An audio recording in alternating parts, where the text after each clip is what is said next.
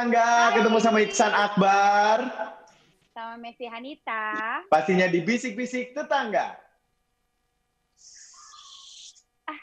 Masa? Masa? Duh, tetangga. Akhirnya kita mencoba syuting dari rumah, work from home dari tim Bisik-Bisik Tetangga, ya Mes? Betul sekali. Jadi aku ada di rumah aku sendiri, Iksan di rumah Iksan, dan bintang tamu kita pun adanya jauh di sana, tetangga kita ada di Itali. Ada Opi. Hai Opi. Hai Opi di Itali. Hai, ciao a tutti. Selamat sore, selamat malam. Selamat sore waktu Itali. Ya. Opi hari ini Iksan sama Messi mau ngobrol sama Opi di Bisik-Bisik Tetangga seputar update kasus COVID-19 di Itali. Kita tahu sekali bahwa keadaan di Itali sangat memprihatinkan. Bahkan beberapa video viral juga sudah beredar di mana-mana, memprihatinkan di mana mereka dikubur secara massal dan ribuan orang lain juga meninggal tanpa diberi penghormatan oleh keluarga masing-masing, ya Mes? Ya, betul sekali. Bagaimana keadaan di sana? Kalau untuk keadaan sendiri secara keseluruhan belum cukup baik ya, sama seperti yang terjadi di kota saya. Untuk hari ini saya bisa melaporkan total yang terinfeksi sekitar 97.000. Yang meninggal dunia 10.780. Yang dinyatakan sembuh 13.030 orang. Dan di kota saya sendiri ada sekitar 80 orang yang dinyatakan terinfeksi, 3 orang meninggal dunia. Oke. Ya. Oke. Opi sendiri di Italia sudah berapa lama ya, Pi ya? Saya sendiri sudah sekitar 10 tahun. Oh. Oke, apa yang dilakukan 10 di sana, tahun. Pi? Jadi emang tinggal di sana, kerja atau gimana? Ibu rumah tangga. Oh, oke. Oke. Ya, berarti setelah keadaan ini, kan ini pandemi COVID-19 ini termasuk nilai jumlah tinggi juga sekali gitu ya. Jadi seperti yang Iksan bilang tadi, karena tingginya tingkat kematian di Itali, itu pasti sangat menyedihkan sekali kondisinya. Di tempat Opi tinggal di daerah tempat Opi, banyak nggak sih korban yang terkena COVID-19? Kebetulan saya tinggal di Riva del Garda. Riva del Garda itu sendiri adalah North Italia ya. Sedangkan kota yang memang banyak terinfeksi itu adanya di pusat di pusat Italia. Jadi saya agak jauh, tapi di Riva del Garda itu di kota di mana saya tinggal sudah sekitar 80 orang yang terinfeksi per hari ini ya. Dan 3 orang yang dinyatakan meninggal dunia. Dan satu adalah satu adalah masih saudara jauh papa mertua saya. Ya ampun, turut berduka cita Opi. Terima kasih. Berduka cita. Ya. Terima kasih. Kita pengen tahu soal lockdown-nya Opi. Oke. Ya, kita pengen tahu soal lockdown-nya di Italia sekarang, dan kita sempat lihat live-nya Opi sama temennya di Instagram ya. Opi mengeluarkan keluh kesahnya. Bagaimana update-nya saat ini? Apakah benar yang keluar harus punya surat izin? Apakah benar yang tetap keluar dan keluyuran akan dihukum atau dipenjarakan? Gimana, Pi? Betul. Sebetulnya lockdown itu sudah diberlakukan sejak akhir Februari, tapi memang hanya di zona-zona yang dinyatakan berbahaya oleh pemerintah. Dan per tanggal 11 Maret itu dinyatakan lockdown seluruh kota di Italia, termasuk kota yang saya tinggali. Tapi saya dan keluarga sebelum tanggal 11 itu, jadi memang dari awal Maret, ketika pemerintah memberlakukan lockdown pertama kepada kota-kota yang sudah diisolasi sebelumnya, kegiatan persekolahan di seluruh Italia memang diliburkan. Jadi saya sudah di rumah itu per tanggal awal Maret. Dan kalau kita memang mau berarti udah kurang lebih 1 bulan. Ya, kurang lebih 1 bulan.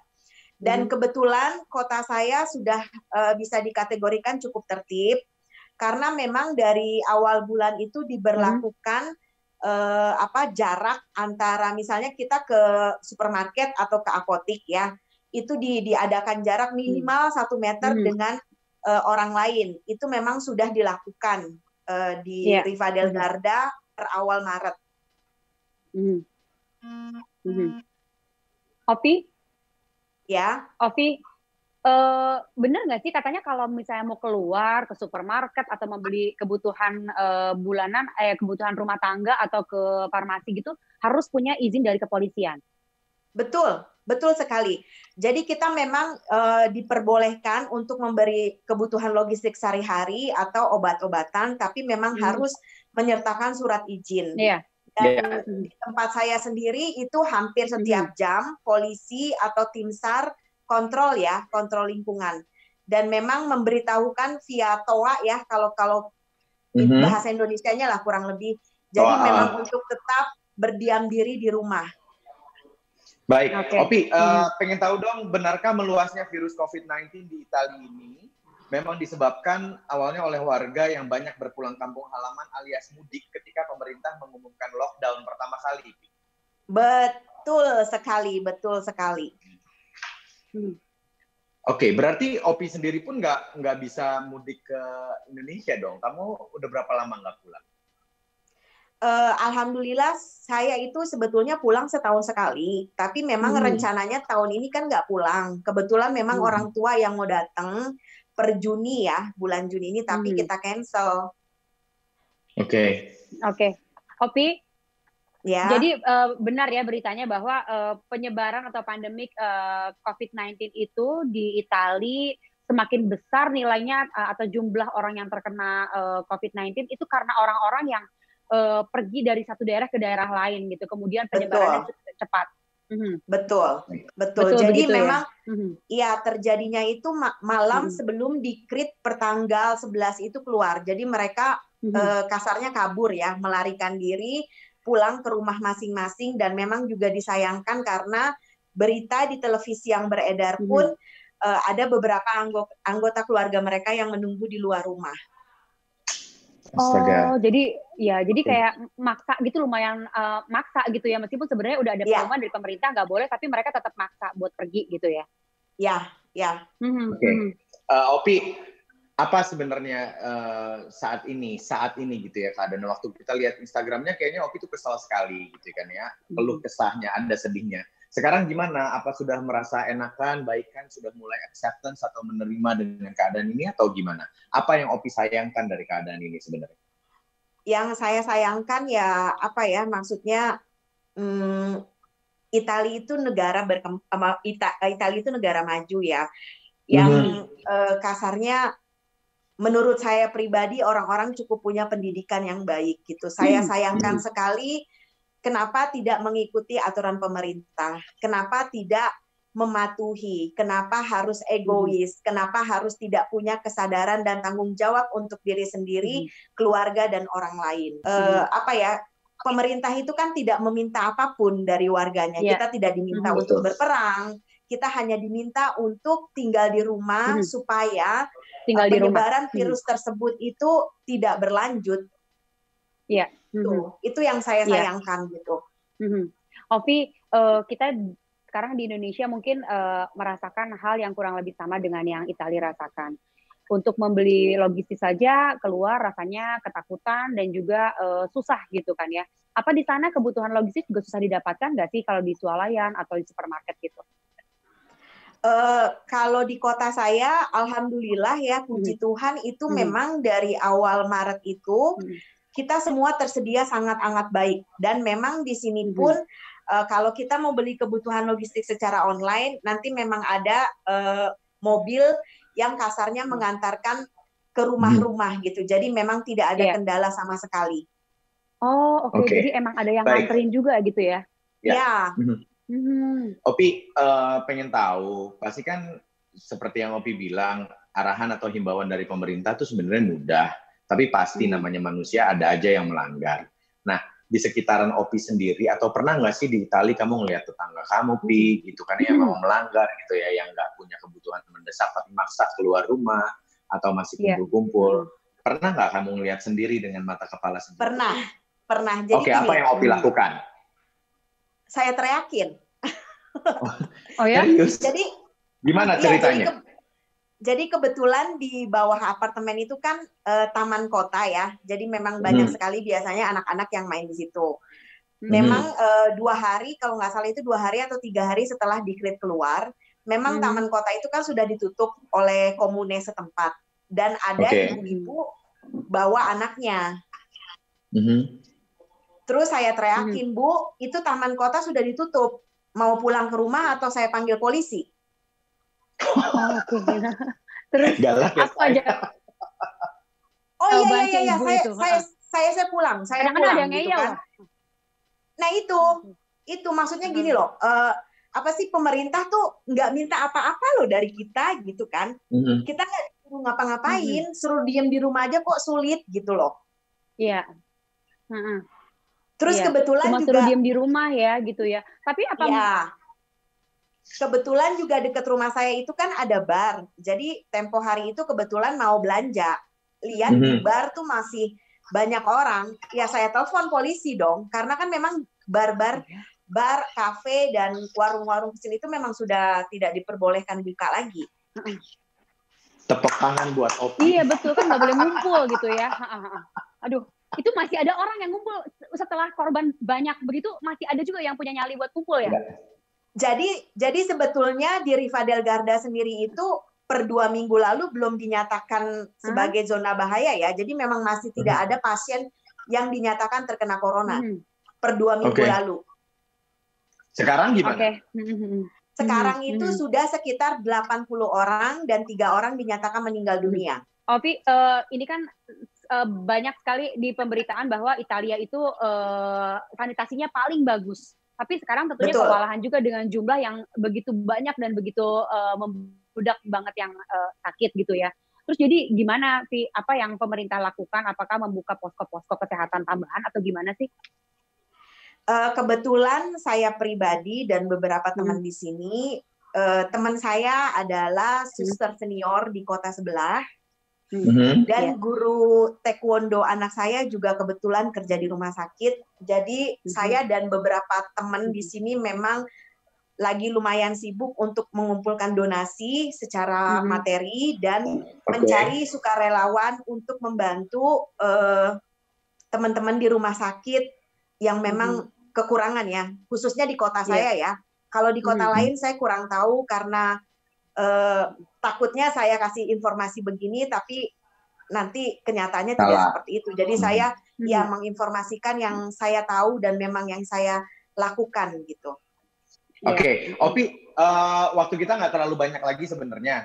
Saya pengen tahu, karena ini penyakit pertama ditemukan di China, katanya ada beberapa negara Eropa dan Amerika yang memandang rendah dalam tanda kutip sama orang-orang Asia. Opi pernah menerima perlakuan seperti itu nggak?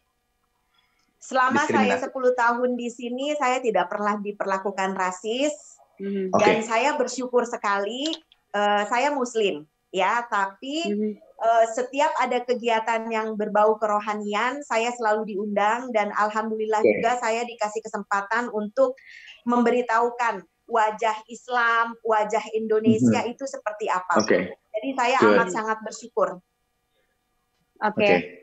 Ya. Ovi, ini mungkin pertanyaan terakhir dari saya. Setelah sekarang melihat jumlah yang begitu besar, bagaimana masyarakat di Italia sendiri? Apakah mereka sudah lebih sadar lagi dan menuruti apa yang pemerintah katakan gitu? Yang saya tahu dari televisi seperti itu ya. Mereka sepertinya takut gitu. Sudah mulai takut dan sudah mulai menyadari ini bukan flu biasa. Tapi ini memang penyakit yang gampang sekali menularkan kepada orang lain. Betul.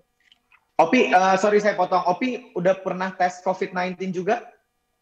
Belum pernah, karena saya nggak menunjukkan gejala apapun. Tapi memang waktu awal bulan itu sempat sakit. Kita sekeluarga sempat sakit. Dan dokter sih nggak menganjurkan apa-apa. Kita cuma dikasih paracetamol sama obat batuk. Tapi per 3 hari sekali itu dikontrol. Jadi kita via telepon kasih tahu informasi, ini loh kita keadaannya seperti ini gitu. Usaha kalian apa sih biasanya untuk naikin imun, minum vitamin terus tiap hari atau gimana, Vi? Kalau kebetulan saya orang Jawa, jadi memang kebiasa minum jamu-jamuan. Oh gitu Jamu-jamuan. Iya. Oke. Baik, Pi. Udah ada berita sampai kapan kuarantin atau lockdown di Italia? Kemarin sih dengar, tapi beritanya belum cukup valid ya. Dengar-dengar katanya sih sampai bulan Juni, dengar-dengar, tapi belum ada pemberitahuan resmi lah dari pemerintah. Iya. Oke. Baik, Opi, yang penting Opi sehat, keluarga sehat. Amin, amin. Penyakit COVID-19 ini. Sama kita ya. Oke, kalian juga ya, sehat-sehat, baik-baik ya. Terima kasih. Semoga cepat berakhir ini ya. Amin. Amin. Ya. Salam buat keluarga ya, Opi. Stay healthy ya. Amin. Ya, salam juga untuk kalian. Thank you, Opi. Terima kasih. Thank you. Ciao, ciao. Bye. Ciao, Bella.